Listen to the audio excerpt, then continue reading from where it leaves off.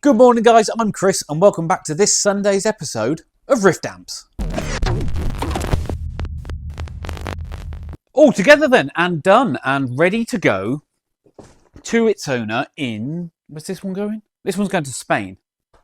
The Spanish signature. So I really hope the owner enjoys this one. I really enjoyed building it. It's really cool. Good job on it. Very happy with everything. So I think, yeah. What am I saying? I know what I'm saying. I've said this before, haven't I? That it's really weird when I know that I'm not going to see an amp again. It's, once it's done, it's done. Especially when they go abroad. It's probably never coming back into my workshop. So yeah, I'm just going to give it a final play test. Now it's all assembled in the cabinet. Make sure everything is good to go. Turn it up loud. Get this thing singing. Just make sure everything is good to go, and then box it up and book the courier. So yeah, one Ainsley Lister signature all done. The next one on the list is in fact a head and cabinet, which we haven't done one for a while. It's a black head and cabinet that is going to, where's it going to go? Australia. So all the way to the other side of the world. So yeah, that's the next one that is going to be done. But there you go, really cool. Ainsley Lister signature, black combo, off to Spain. This is the Blues Deluxe, the one that's got the channel switching issues, and the customer also wants filter caps doing, so we're going to do that while it's out. The cause of the switching issues is usually these two resistors here that have damaged the traces behind, so we need to pull the board down to have a look. Of course, whilst we're doing that, the cap's going to be done. The input jacks he wants swapping out as well, because they do feel awful. Or at least I'm going to tighten it up to see if we can save it. If not, they're going to need replacing. And the other thing is, I was just doing an inspection on it. The what's this one? Is this the on-off switch? Very loose indeed. So no good. Unfortunately then, to get the board down, I have to disconnect all of the spade terminals on the board. And it's often worth just making yourself a little map of where each connection goes and why. So for example, CP9 over here is currently the black with a yellow stripe. CP24 and CP25 are two whites. So I'm going to mark all those down. I've got photos as well, just in case, but it's easy to get yourself mixed up.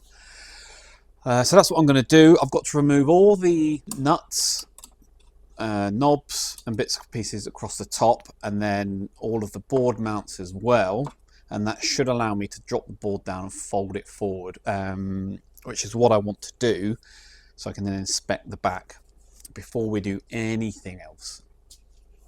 So let's crack on. Right, moment of truth then.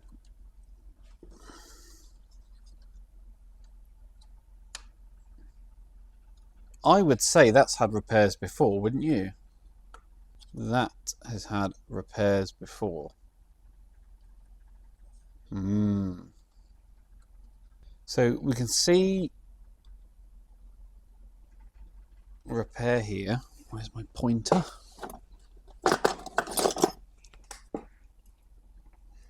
Yep, so we've got a trace repair there. We've got one here. And we've got one here. Now this is the one that I'm really not happy about.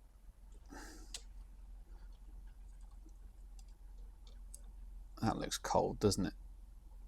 That looks a really cold joint. And obviously look, we've got repair here, which I've got some exposed copper trace there. Something's not right around there.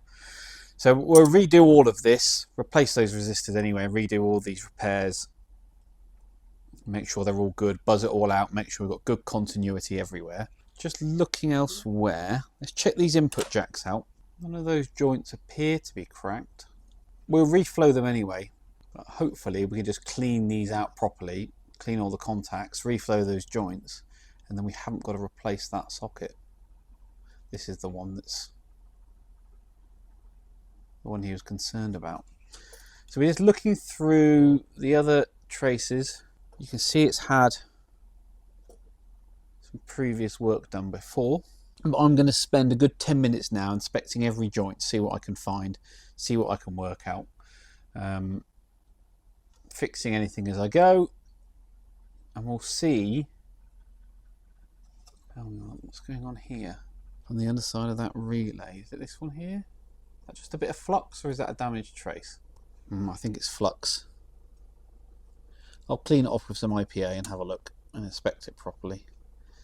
Right, okay, but not doing anything else until I get this mess sorted. Pretty standard on these, I'm afraid. This is what happens. But you see, wherever any of these traces have got hot, they might appear to be okay, even though they're brown and burnt, but we still need to buzz them out to make sure we've actually got continuity going through them. Oh dear, oh dear, oh dear, what a shame. Whilst I've got this board down, it does actually make inspecting the tube board easier as well, which is something you always have to do, because we want to make sure, for example, this socket here, I want to make sure that none of those pins have got cracked solder joints, which doesn't appear to be the case, but we will check them all out in detail. Check this one as well. Appears to be okay. Lots to check, lots to inspect, lots to fix. I need to get some 5 watt 470 ohm resistors to do these, repair these traces, as I said. Fix any solder joints that are even mildly questionable, because that, it's not the worst one I've seen, but it's not great. I think it's already had some repairs, hasn't it? And I think that whoever had touched this last also replaced these 2 resistors here, 1 and 2, R91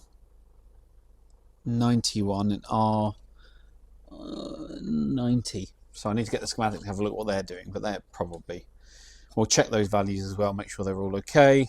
Look, we've got a repair there, and of course we did spot in the other inspection video that this cap here, C19, has been, someone obviously didn't have the right value, so they just, I mean, look at that. They put 2 in series. 1 microfarad, 63 volt. I need to get the schematic list. I need to have a look. What's the back side of that look like? Okay, it's all right. Okay, sorry for the rambling. But now I know what I'm dealing with.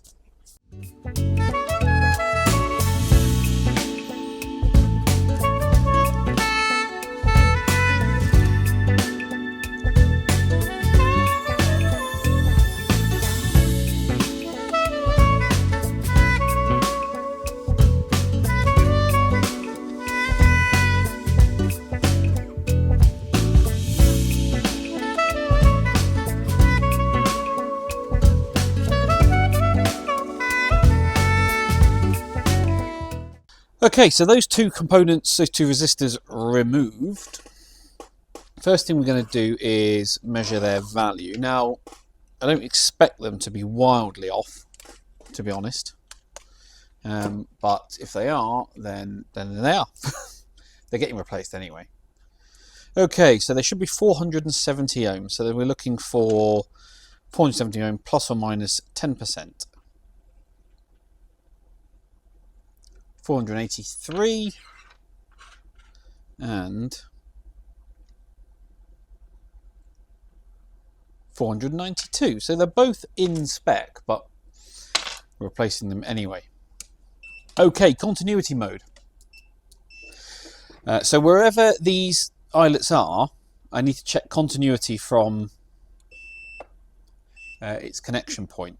So we're okay that side, but this trace comes all the way down to here. So I'm measuring from this point through the trace all the way along to this point, and as you can hear, we have continuity, so that one is good. What about this one here? This one comes all the way up to here, so that's good. This one here comes to here, and we'll just check over to there. And this one here, we've got a run from here to here, through to there and there. But if I follow it along this way, we end up all the way down here. As in this, and So there you go. We've got continuity from this point all the way through. So all of those traces are actually good, which is a good sign. So now, all I can do is add the new resistors. I'll mount them further away from the board on this side, so they've actually got some convection cooling to help. And solder them in place, and then double check my work. And you will notice that I was using, in the time lapse, a razor blade just to clean around the area, along with some isopropyl alcohol and some Q-tips. It might look severe, but I'm actually using the tiniest pressure possible. It's more that this has got a nice pointed end to it, so I can be really accurate with it and get it exactly where I want it. But I cleaned off all the old flux, all of the bits and pieces. Right, so I'm going to go ahead and do those, and then fingers crossed, that should be good. Right, time to make a little bit of progress on the little 5F1 build. So last time you saw me, what was I doing? I was populating the board, and I've also done double checked my board mounts inside the chassis. So as you know, I use FR4, and I mount them on standoffs, and these particular amps I use 1/4 inch standoffs, and in plexi style amps I use 3/8, so they kind of sit like that, and that mounts the board away from the chassis, so there's no chance of anything shorting there. And so I'm going to get these into the chassis. Now, you all know my trick by now, and you know my rule, which is any hardware that you use in a guitar amplifier must either be locking, so nylock or lock washers, or Kep's nuts, of course. And if that's not possible, then double blue Loctite. You've seen this all before, but we absolutely must ensure that there is zero chance of anything coming loose, especially in a combo, because things rattle, and that does get annoying. And if it's a hardware that is difficult to get to once the amp is assembled, it just makes repairing the thing an absolute nightmare, and not to mention that your customer is probably going to be quite annoyed. So we'll get this one in, and then we'll do the other one, and then we'll double check our board fitment before the Loctite sets in place. Yeah, that's all it needs to be. It's probably, I don't know, 4 to 5 Newton meters. It's not a lot, maybe even less than that. And just double check I've got the right, yep, and it's this one here. And again, can you see what I'm doing? You can. Tiny bit of Loctite on there.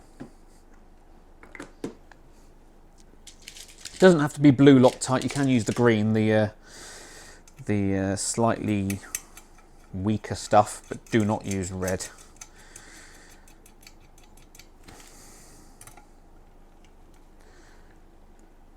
Okay, nice and tight, and in we go. So if I come down like this now, I can double check, just want to make sure that you can see that we haven't messed anything up and everything lines up properly.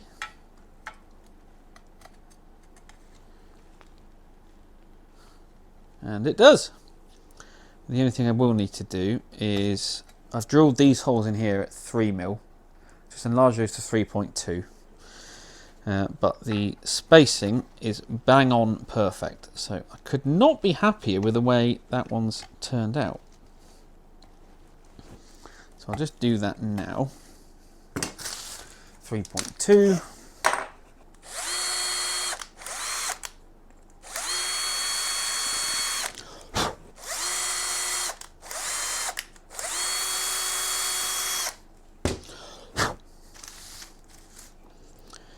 In she goes.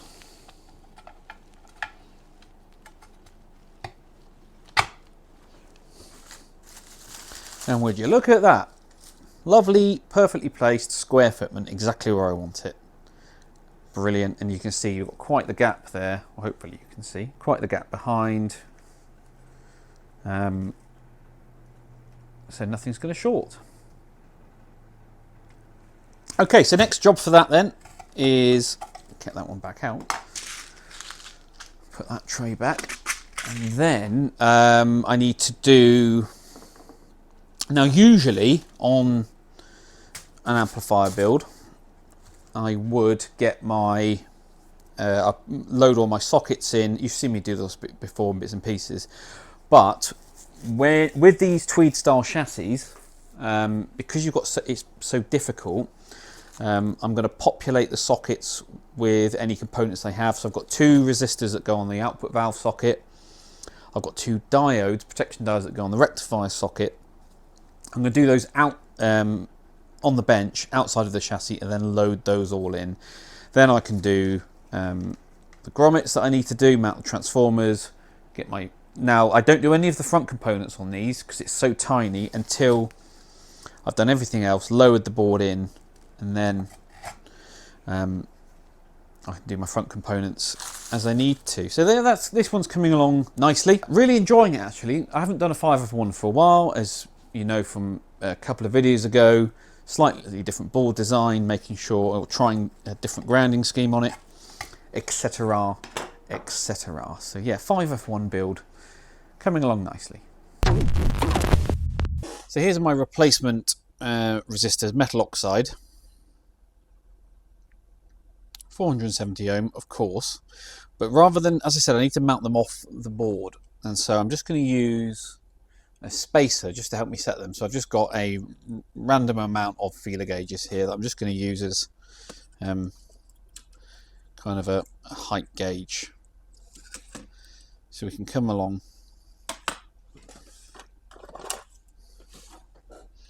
get my spacing right, which is about there,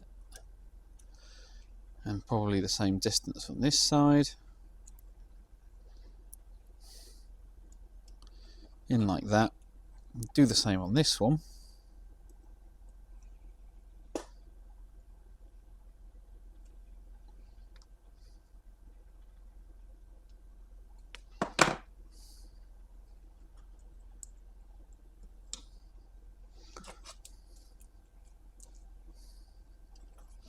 Get my spacers in place.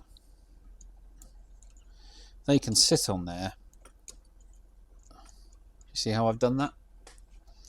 And then what I'm going to do is I need 3 hands for this, like that, into place. Hold that still, and I'm just going to bend those in the outward direction, solder those in place, and then I can pull my spacing tool out. And that's just going to ensure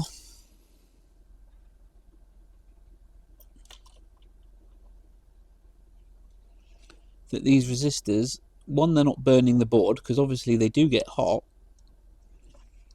but 2, there's actually enough convection cooling around them, there's an air gap around them, so they can stay cool as well. Pull that out, and there you go, nicely spaced off the board. Right, next job for me then is the electrolytics. Need to resolder the solder joints for the socket. I don't think the socket's going to need replacing, but you know, I'll reflow all those joints. I need to fix this cap here, replace that with correct value. There's also this resistor here, which I need to investigate this one here. I need to investigate what's going on. Is this a mod? I can't remember. Or is this something else? It's a red, green. So 2, 2,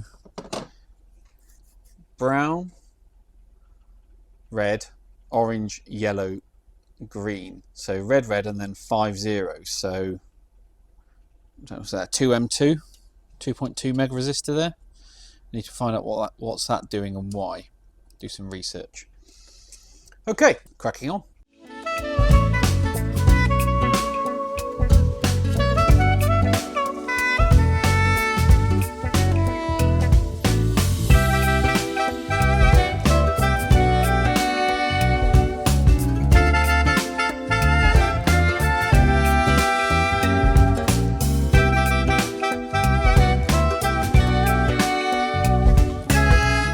The high watt 100 watt PA that we had in recently, unfortunately, has customers brought it back. It's blowing fuses, and he's not very happy at all. And of course, I completely understand that. So going through the amp, trying to work out what's going on. One of the EL34s has failed. Now, I did not supply these valves to him. He bought them from a supplier here in the UK called Hot Rocks. And obviously we've just fitted them, checked the bias. When I soak tested the amp, they were running great. The amp was sounding great, but I'll show you why it's failed. So if we take this one, for example, so it's the Svetlana EL34s, the Wing Cs, and these EL34s are a double getter design. You can see those two rings at the top there. So that's a dual getter design, and which I'm not sure if it's unique to the Svetlanas or not. I can't remember off the top of my head. I know the JJs don't. They just have a single getter. Anyway, this is the one that's failed. I'll just pull it out. And if we look at the top, there's only one getter. Where's the other one? Well, you can hear it. There it is. Right down the bottom, look.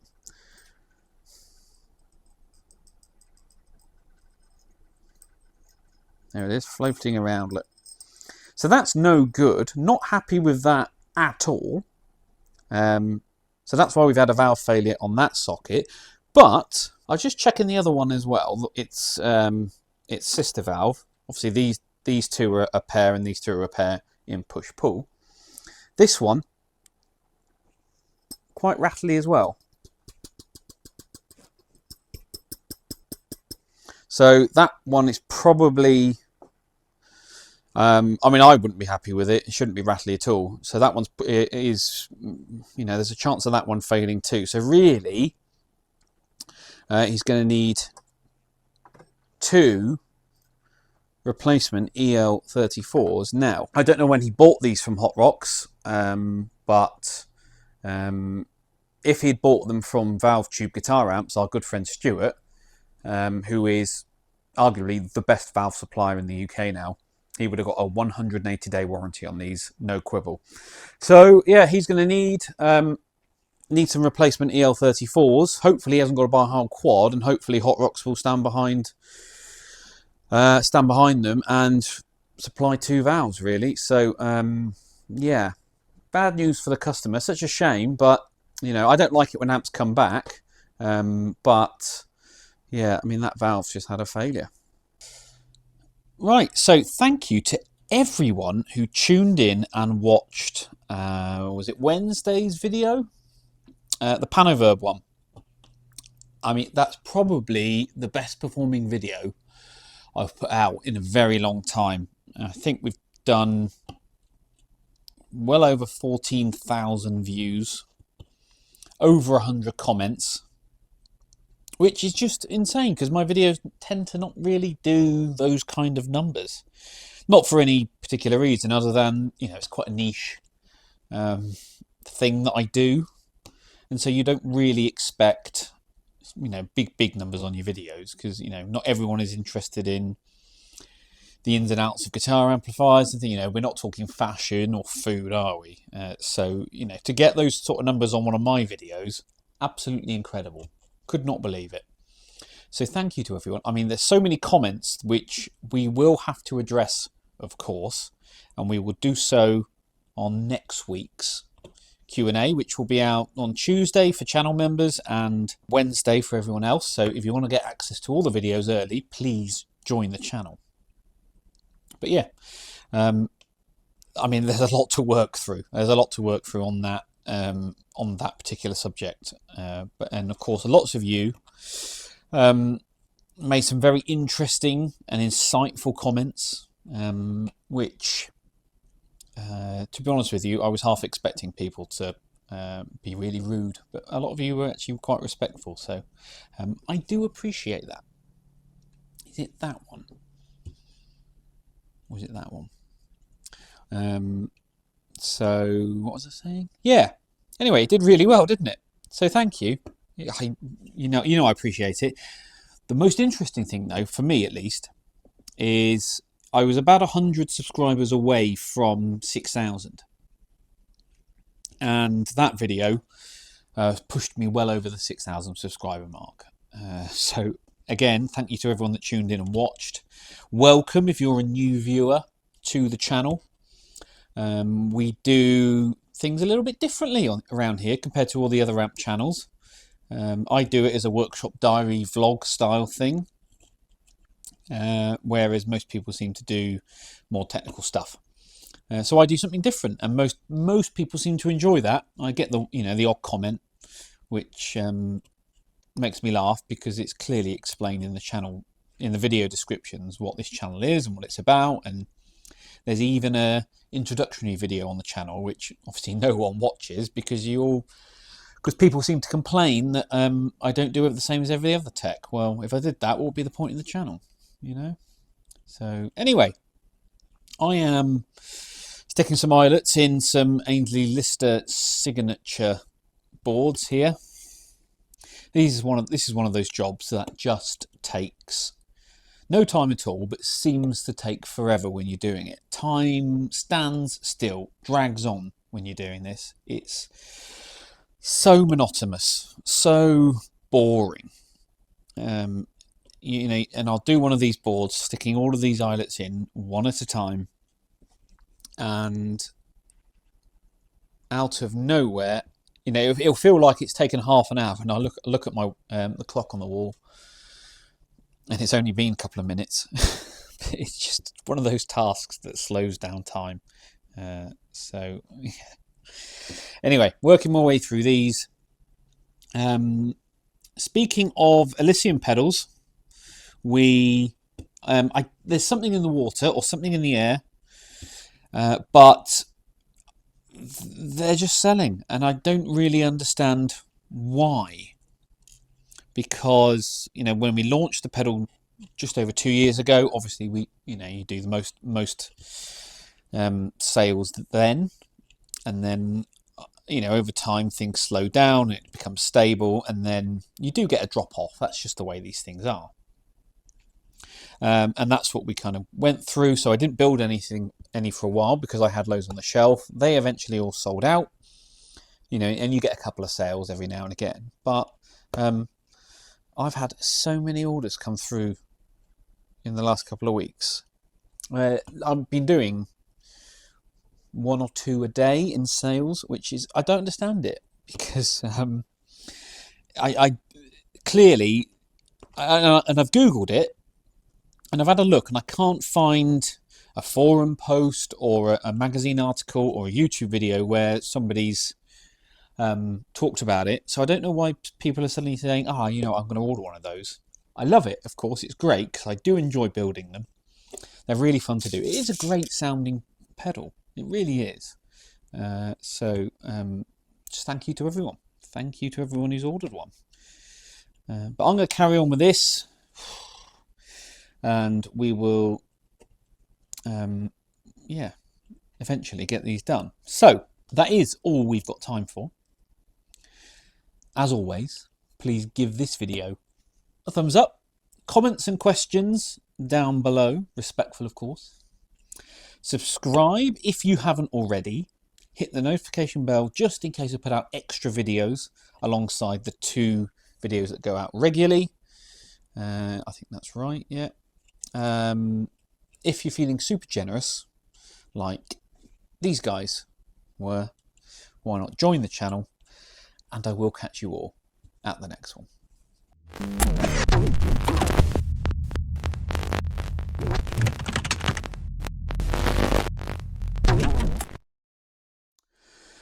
This, mounted to an engine stand, as you can see, is a 6B gearbox for a Mazda MX-5. This particular one comes out from a 2003 to 2005 NB MX-5, and I know that because it's got a slightly different turret arrangement going on.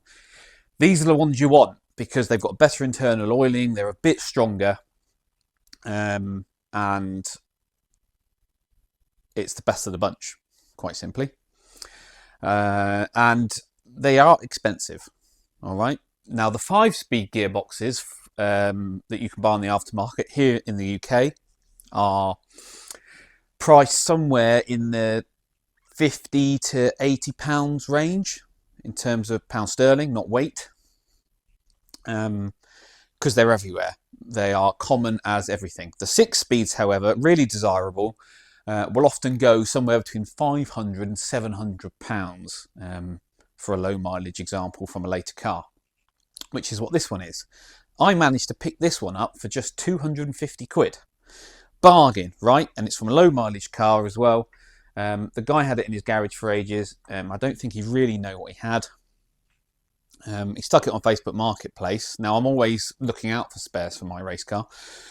I don't need a new gearbox, but if one comes up cheap, and it was only in the next town over, so, you know, a 10-minute drive, absolute bargain. So I contacted him, went straight over, picked it up from him. Sometimes, however, things are too good to be true. Now, this is not the seller's fault. This is my fault.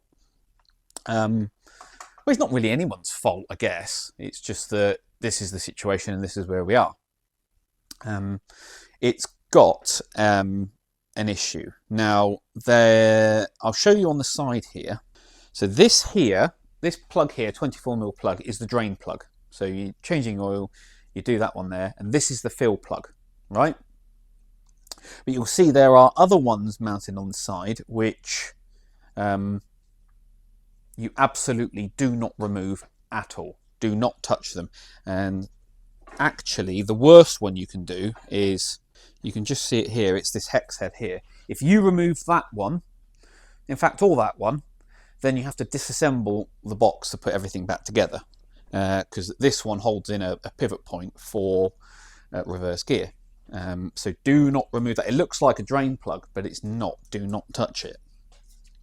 Anyway, this one, somebody's kind of done a similar thing. This is the neutral switch, by the way. Now this one, when I bought it, was missing that bolt. And what this bolt does is it holds a bearing in place. It's a circular bearing inside that's got a threaded insert, and there's a bolt that comes through from the outside, and that holds that in place. Now that bearing running through it is the selector shaft, and it was missing.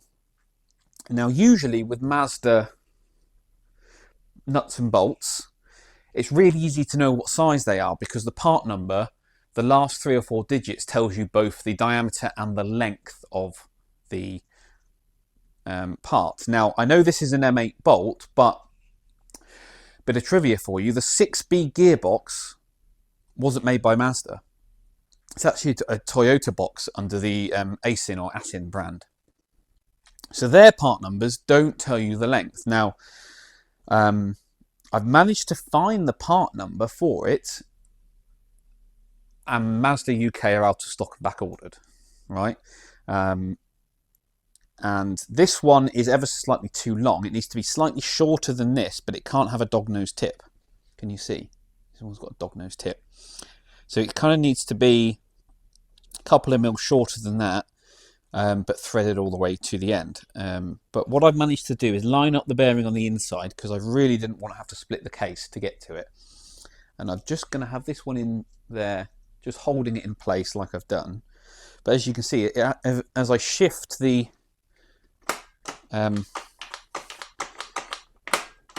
gearbox, you can see that bolt is moving. So that bolt isn't going in far enough, but I can feel it's bottoming out. Bottoming. Say it again. Bottoming out. I feel like I'm missing a syllable there. Anyway, in fact, shall I show you? We get zoomed right in, hopefully with enough light, you'll be able to see inside. If I shift, you can see the threaded portion inside moving about. And if I see, it's gone off center now, so I'm going to have to move that back into place. So it's really important that that piece is held in place. And I don't know why somebody removed that bolt.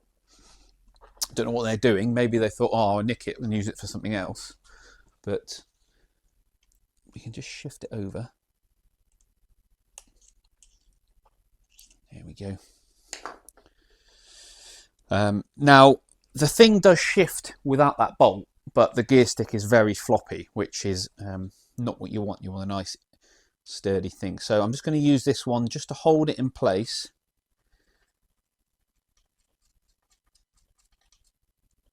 See, I've bottomed that out now and they're still playing it, and if I shift around you can see it's moving. So what am I going to do? Where am I going to get a bolt from? Rang my local Mazda dealer, gave them the part number, back ordered from Japan. So no idea what I'm going to do. I need to get the correct bolt, but they don't have the actual specs for the length of it. So I've no idea, because it has to be perfect. It can't be too long or too short. You've got to get the correct amount of thread engagement, but also not allowing it to bottom out on the shaft itself. So yeah, I found a company in Japan who said they've got one on the shelf. They are not a Mazda dealer or part supplier. They are they actually rebuilt, because this gearbox was also used in the RX-7, and they rebuild those. So, and apparently they've got that one on the shelf. So I've ordered one, but it's all in Japanese and it's all done through this weird system. So who knows how long that's going to take up. The actual cost of it is only about £2. Probably about, I don't know, $2.50 US, but shipping is 10 times that amount. So this is going to cost me, I think, about £26 landed just for the single bolt that's, that I need for this. So yeah, how frustrating is that? But you know, it was a cheap gearbox. That's what you get. The other thing this gearbox needs, and again, this is common on all gearboxes, 5 and 6-speed boxes. If I rotate you around, this is the shifter mechanism, and it's quite common for the rubbers to perish and split apart. And if I remove these there's one around here as well, 3 10mm headed M6 bolts. Inside there are plastic washers and cups and things, spring washers, that all need to be renewed and replaced, which I've already bought.